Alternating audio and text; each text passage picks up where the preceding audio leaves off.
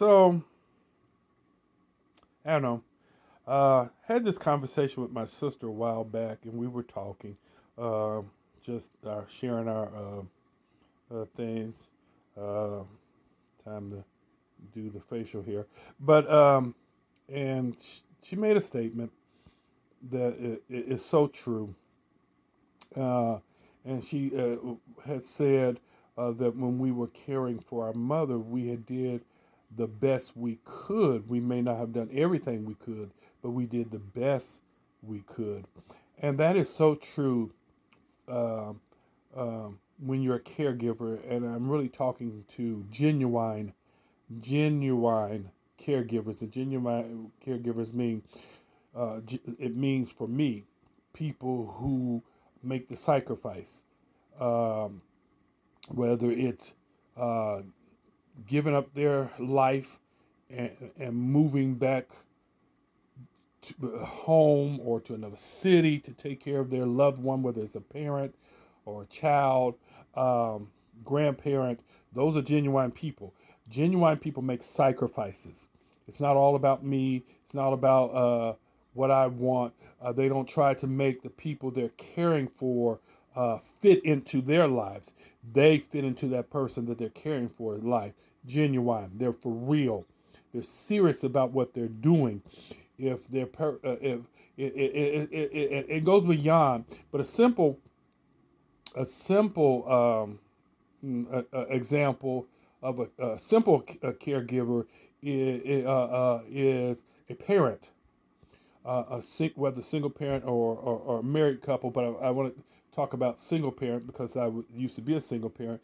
Single parent uh, makes sacrifices that sometimes married parents don't have to do because there's two incomes. Sometimes I said sometimes uh, there's two people in the home so they can balance out each other. But with a single parent, and and I don't flow with the trend that as a single parent I wasn't the mother and the father. I was just the father. When my sons needed a female example or female in their life, there were plenty of um, people, whether in my family or their family or in the church, that were drawn to my boys and encouraged my sons and gave them that female peace that I couldn't give them. I was just the father. So that's not, but as a single parent, there were times that I ate less so my boys could eat more. And I remember when I was at OSU, I was working as a student worker, and sometimes the check was only $250 every 2 weeks that I brought home, and I was paying rent, uh, utilities, trying to buy food, trying to wash clothes. Sometimes I walked from the east side to the north side to get to work, uh, bent over the tub and washing out our clothes so they could have clean clothes every day. Um, just sacrifices. That's so parents are caregivers. Um, you often hear about husbands making sacrifices when their wives are pregnant, when the wife is craving something or doing something for their wife. Genuine caregiver. Those are simple caregiving. Just comes with the normal everyday. But as a caregiver for my brother, for my mother mainly, but then indirectly for my brother on the back end, my sister and I often gave up our lives to help care for them, to do for them, to go beyond uh, the normal. My sister, when I wasn't there, was there every day. My brother, when he was able to, was there. So there was never a time uh, that my mother went without someone being there. She was not alone, So on the weekends when I came down, I became the weekend caregiver so that my sister and my brother could rest. When I was at work, my brother and sister were there. My sister had a family, so she had to go home to her husband, but my brother was there at night. So even so, we did what we could, and we did the best we could with what we had and with what was in our resources to do. Um, there were times that we took out of our own pocket to, if my mother needed something, and brought it with us. Uh, she always gave. She was such as like she might have wanted uh, nail polish or a certain type of or some medicine or certain types of food and stuff like that. And it was just easier for my sister and I to pick it up and bring it, and she would reimburse us. And sometimes we didn't want the reimbursement, but it was just easier, to do that because then she would get it then versus me coming off there on Friday night and being tired from driving all day night and working all week, and then she wouldn't get it to the next day. But if I brought it with me, she would have it. So we did the best we can. And so what I'm saying is to all to caregivers everywhere who don't get weary in well doing, for in due season you shall reap. You may not understand it now, why you have to make these sacrifices. You make and you do get tired. Caregiving makes you tired, and but by the same token, it is so rewarding, especially when you're caring for your loved ones. It is so rewarding because you know within your heart that you're doing what you're supposed to do. You know that you're showing them love, and the best way to thank them is by making those sacrifices. I know people who say they love their parents, say they care for their parents, but if their parents call them, they have 1,500 excuses, and I exaggerate that number, but they have 15 excuses why they can't do it right then and there.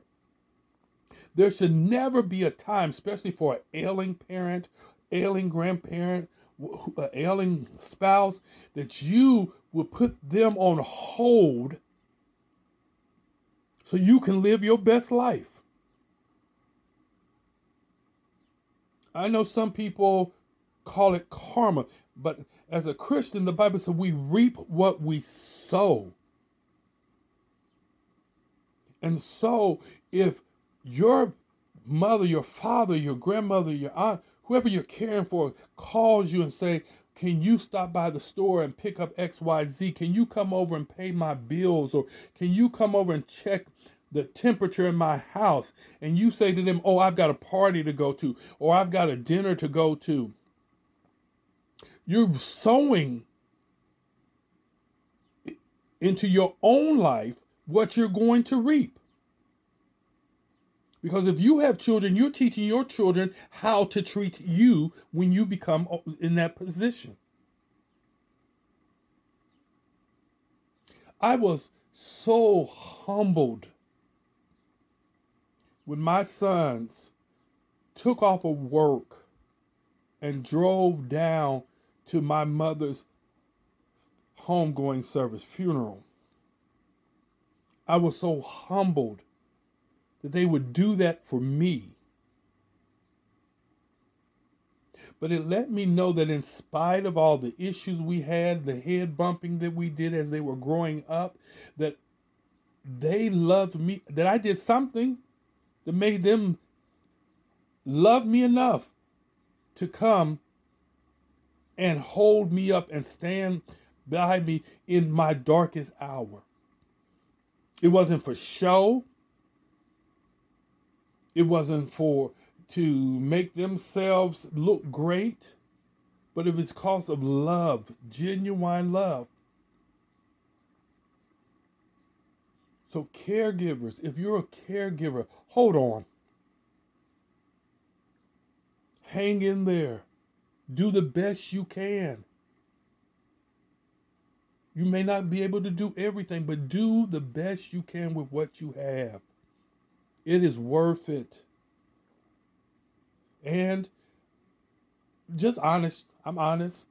If your loved one is called from life to death, from labor to reward, your grieving is different.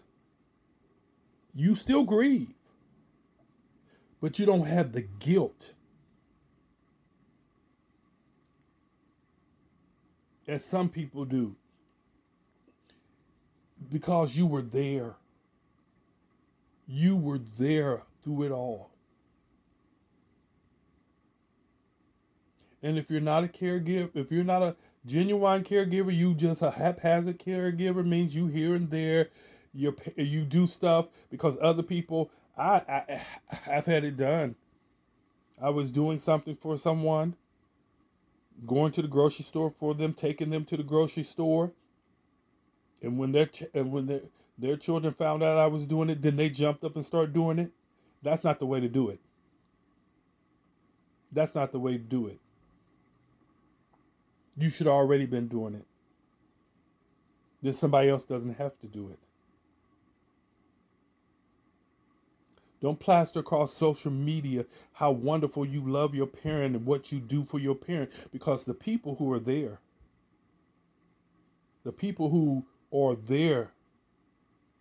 if they wanted to really bust you out on social media, they could do it and have plenty of evidence to show that you're not always there.